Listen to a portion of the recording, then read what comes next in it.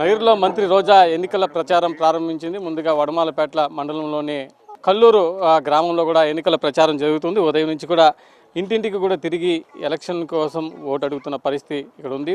ఈ ఎలక్షన్లో ఇక్కడ జరుగుతున్న పరిస్థితి ఎలా ఉంది, ఇక్కడ ఉన్న ప్రజలు ఏమంటున్నారు అనే అంశాన్ని ఒకసారి వాళ్ళ మాటల్లోనే తెలుసుకునే ప్రయత్నం చేస్తాం. మనం చెప్పండి, ఉదయం నుంచి కూడా ఈ గ్రామంలో ఎన్నికల ప్రచారం జరుగుతున్న పరిస్థితి ఉంది. ప్రజల నుంచి ఎలాంటి రెస్పాన్స్ వస్తుంది? ఈరోజే మంచి రోజుగా చూసుకొని మా నగరి నియోజకవర్గ ఈశాన్య మూలం వడమాలపేటలో మా లక్కీ ప్లేస్ కల్లూరు నుంచి ప్రచారం స్టార్ట్ చేయడం జరిగింది. సో నాకు 2 సార్లు ఎమ్మెల్యేగా గెలవటానికి ఒక హార్ట్ లాగా అని చెప్పొచ్చు వడమాలపేట. సో కౌంటింగ్ రోజు కూడా ఆ వడమాలపేట నుంచే నా విజయం స్టార్ట్ అవుతుంది. సో ఈరోజు ప్రజలందరూ కూడా మళ్ళీ నేను 3వసారి ముచ్చటగా హ్యాట్రిక్ కొట్టాలని ఆశీర్వదిస్తున్నారు. ఎందుకు ఇదంతా జరుగుతుంది అంటే, జగనన్న ఈ దేశంలో ఏ రాష్ట్రంలో ఏ ముఖ్యమంత్రి చేయనటువంటి విధంగా ప్రతి కుటుంబానికి, వాళ్ళు ఏ పార్టీకి సంబంధించిన వాళ్ళైనా, ఏ కులానికి సంబంధించిన వాళ్ళైనా, పేదవాళ్ళు అర్హులైతే చాలు, వాళ్ళకి రావాల్సిన ప్రతి సంక్షేమాన్ని వాలంటీర్స్ ద్వారా మరి అన్ని ఫార్మాలిటీస్ పూర్తి చేసి, అంటే పేపర్స్ అన్ని కలెక్ట్ చేసి అప్లోడ్ చేసి వారి అకౌంట్లోకే పెన్షన్లు అయితే వారి ఇంటి వద్దకే ఇవ్వటం వల్ల, అండ్ ఇక్కడ ఎమ్మెల్యేగా 2 సార్లు నేను అపోజిషన్లో ఉన్నప్పుడు వారి సమస్యల మీద పోరాడాను, అసెంబ్లీ లోపల బయట.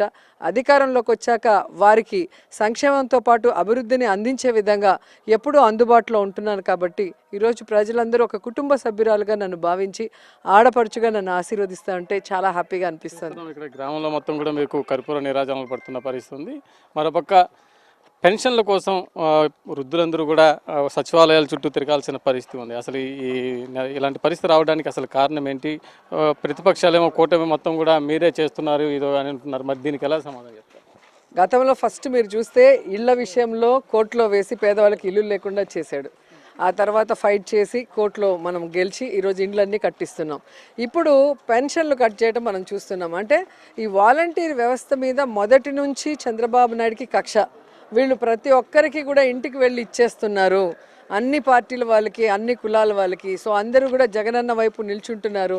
ఎలాగైనా వీళ్ళ మీద కక్ష సాధించాలని ఎలక్షన్ కమిషన్కి లెటర్ పెట్టి వాలంటీర్స్ని ఈరోజు పెన్షన్స్ ఇవ్వకూడదని చెప్పింది వాళ్ళే. మళ్ళీ వాళ్ళే చేసి మేమేదో చేసినట్టు వాళ్ళు మాట్లాడటం బాధాకరం. ఎందుకంటే పేదవాళ్ళు కానీ, వికలాంగులు కానీ ఎండల్లో రోజుల తరబడి, గతంలో మీరు చూస్తే 15-20 రోజులు పడుతుంది అన్ని పెన్షన్లు పూర్తి చేయాలంటే స్టేట్ అంతా.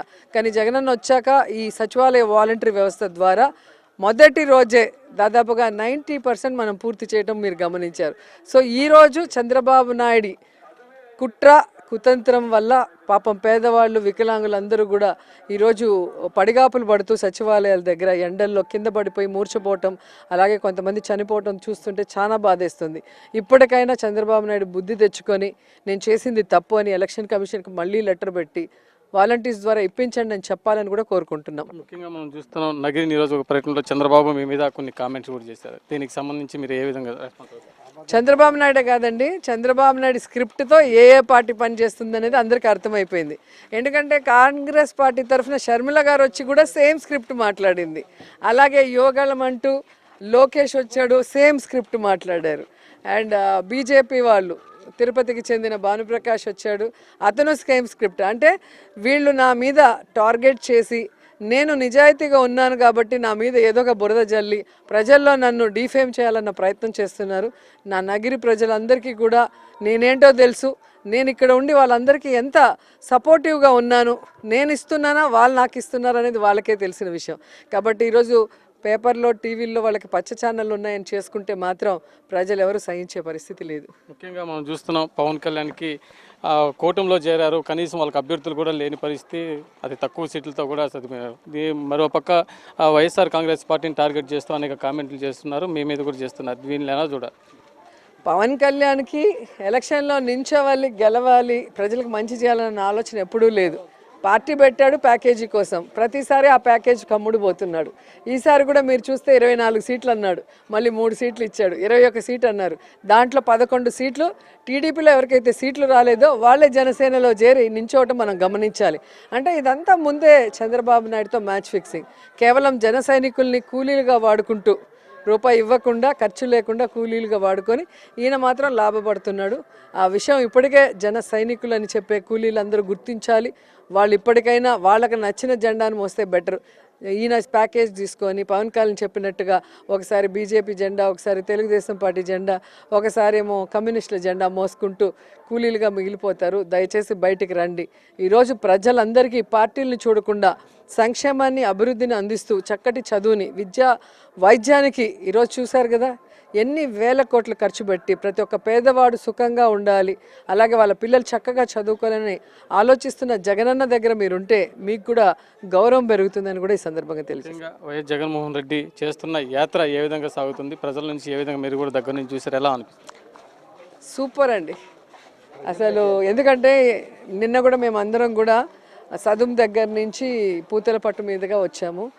ప్రజలు అసలు మండు టెండల్లో పండు వెన్నెల్లో నించినట్టుగా ఎంత చిరునవ్వులతో ముసలి వాళ్ళు కానీ, ఆడవాళ్ళు కానీ, పిల్లలు కూడా ఒకప్పుడు ఎప్పుడో చూసాం మనము చిన్నపిల్లలు జెండాలు ఎత్తుకొని పరిగెత్తేది.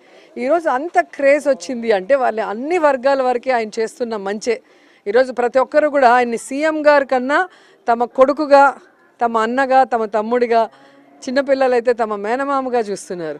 సో ఈ ప్రాంతం ఆ ప్రాంతం అని లేదు, ఏ ప్రాంతానికి వెళ్ళినా కూడా అన్ని కులాల వాళ్ళు, అన్ని మతాల వాళ్ళు, ముఖ్యంగా నిన్న చూశాను నేను కల్లూరులో అసలు బుర్కాలు వేసుకొని మహిళలు, అలాగే పెద్దవాళ్ళు, పిల్లలు అసలు అలా ఎండల్లో అన్ననే చూస్తున్నారు అంత ప్రేమగా. ఆ ప్రేమకి వెలకట్టలేం, అది డబ్బు ఇస్తే వచ్చేది కాదు.